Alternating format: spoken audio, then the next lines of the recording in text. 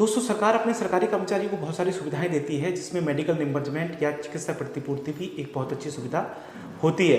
इसमें अपने ऊपर आए खर्च या अपने परिवार के आश्रित पर जो मेडिकल ट्रीटमेंट में खर्च आता है, उसको क्लेम करने पर सरकार उसकी प्रतिपूर्ति करती है। तो इसके संबंध में उत्तर प्रदेश सरकार ने एक नियमावली बनाई थी सन 2011 में, जिसे संशोधित किया था 2014 में। तो मैं इस वीडियो में जो प्रथम संशोधन हुआ था उसी के रिगार्डिंग ये वीडियो बना रहा हूँ। उसके बारे में जो समस्त महत्वपूर्ण बातें हैं मैं आपको बताने वाला हूँ।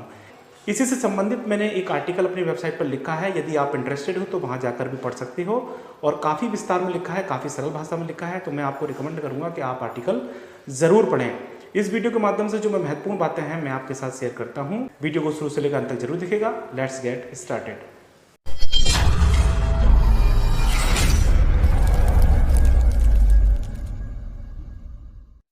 आपने हमारे इस चैनल को सब्सक्राइब नहीं किया है तो सब्सक्राइब कर लीजिए और बेल आइकन पर आप ऑल पर क्लिक कर लीजिए। दोस्तों, इस सुविधा का लाभ लेने के लिए जो सेवारत कर्मी हैं उन्हें अपने कार्यालय तक से एक स्वास्थ्य प्रमाण पत्र बनवाना पड़ेगा।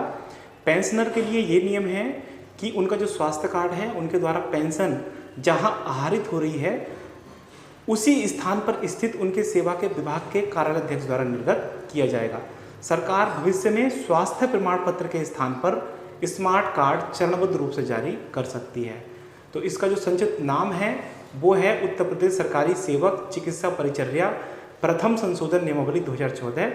संविधान के अनुच्छेद 309 के परंतु द्वारा प्रदत्त शक्ति का प्रयोग करके राज्यपाल उत्तर प्रदेश सरकारी सेवक चिकित्सा परिचर्या नियमावली 2011 में संशोधन करते हैं। परिवार का तात्पर्य क्या है?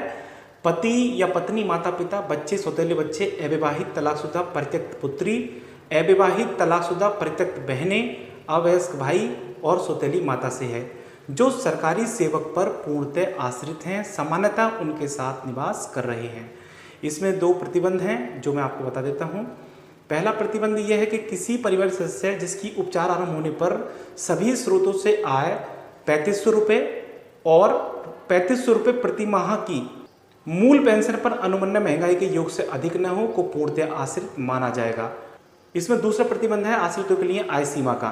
तो पहला है, यदि जो सरकारी सेवक है उसके पुत्र की नौकरी लग जाती है या वह 25 वर्ष की आयु प्राप्त कर लेता है या विवाहित हो जाता है, जो भी पहले हो, तो वो उस सुविधा का लाभ नहीं ले सकता है।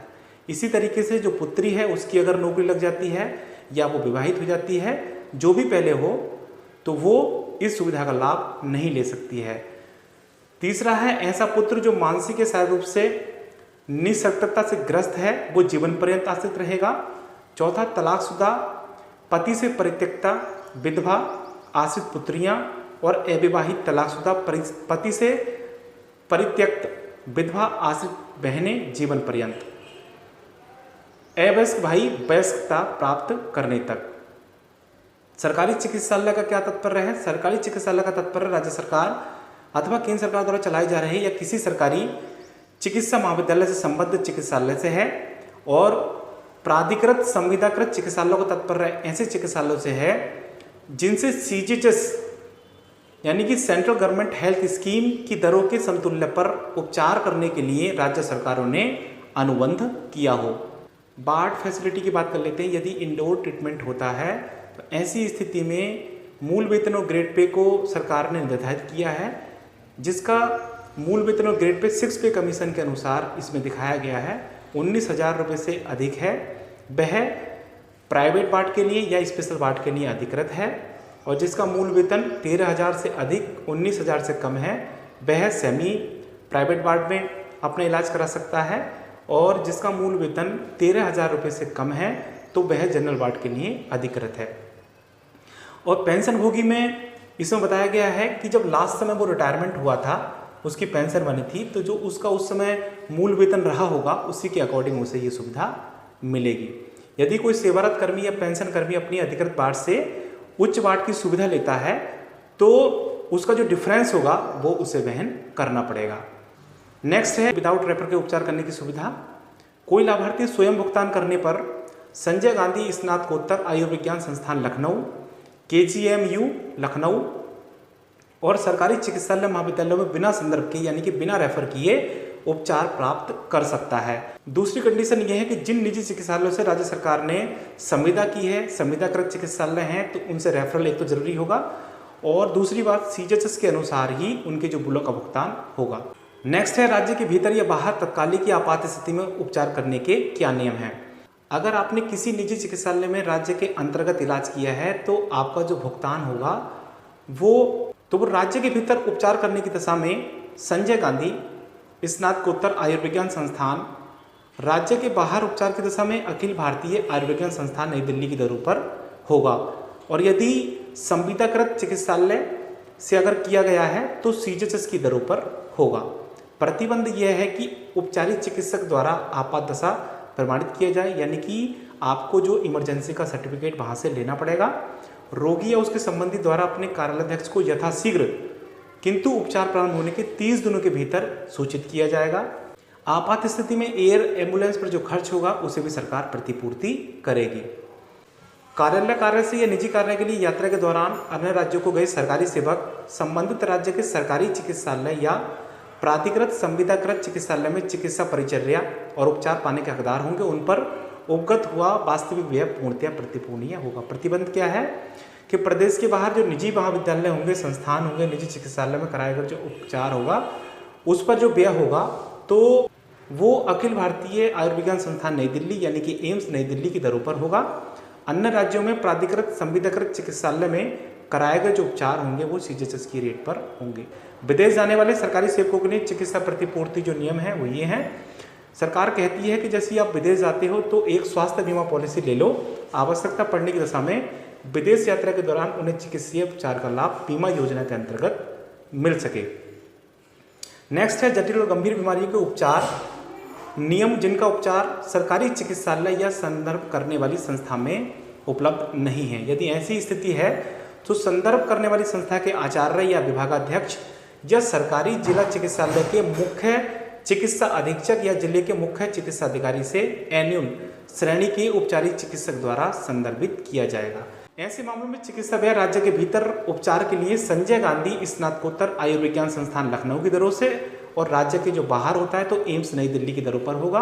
और यदि संविदाकृत चिकित्सालय है तो सीजीएचएस की रेट पर भुगतान किया जाएगा। निरंतर उपचार की दशा में द्वितीय अग्रिम की स्वीकृति का जो नियम है वो ये है। द्वितीय अग्रिम की स्वीकृति इस शर्त के साथ दी जा सकती है कि पूर्ववर्ती जो स्वीकृत हुआ था अग्रिम उसका जो एक आंशिक दावा है आपने समायोजन के लिए कार्यालय में प्रस्तुत किया हो। यदि चिकित्सा अग्रिम स्वीकृत हो जाने के पश्चात उपचार प्रारंभ नहीं होता तो ऐसे अग्रिम की वापसी 3 महीनों में की जानी होगी।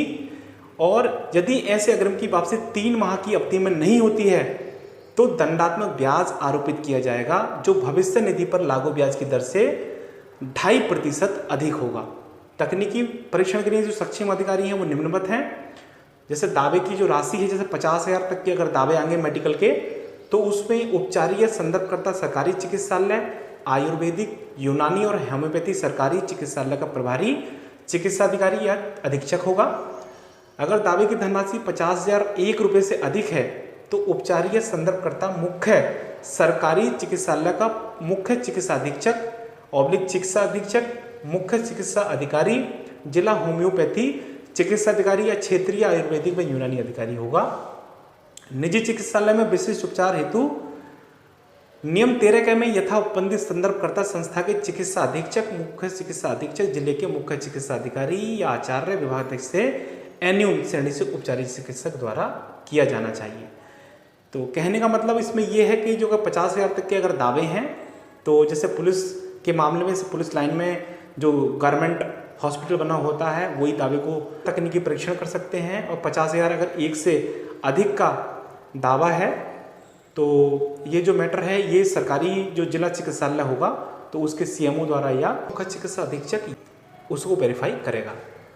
स्वीकृतकर्ता जो अधिकारी हैं उन्हें भी मैं बता देता हूं। तो कार्यरत और सेवानिवृत्त सरकारी कर्मचारियों के लिए 2 लाख रुपए तक की जो राशि है वो कार्यालयाध्यक्ष स्वीकृत कर सकता है। जैसे पुलिस के मामले में एसपी, एसएसपी।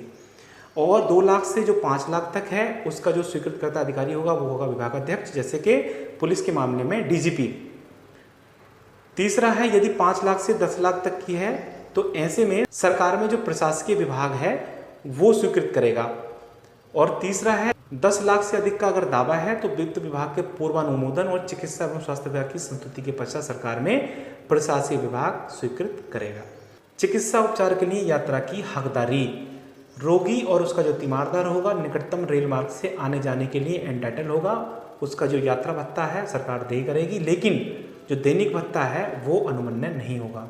वायुयान द्वारा यात्रा की अनुमति, जटिल बीमारी की दशा में प्राधिकृत चिकित्सा परिचारक की लिखित संस्तुति पर सरकार वायुयान द्वारा यात्रा की अनुमति दे सकती है, तथापि ऐसी यात्रा पर कोई दैनिक भत्ता अनुमन्य नहीं होगा। यानी कि अगर एयर टिकट से भी यात्रा की जाती है और सरकारी चिकित्सक लिख देता है कि गंभीर बीमारी है, ऐसा जाना आवश्यक है, तो आपको एयर एम्बुलेंस यानी कि एयर टिकट की सुविधा दी जाएगी, लेकिन आपको दैनिक भत्ता जो खाने का होगा वो नहीं दे होगा।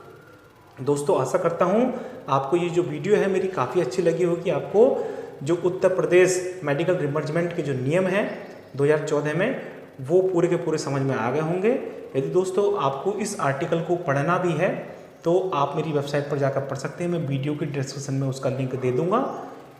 यदि दोस्तों आपको ये मेरी वीडियो अच्छी लगी तो कृपया मेरे चैनल को सब्सक्राइब करें, वीडियो को लाइक करें। जय हिंद, जय भारत।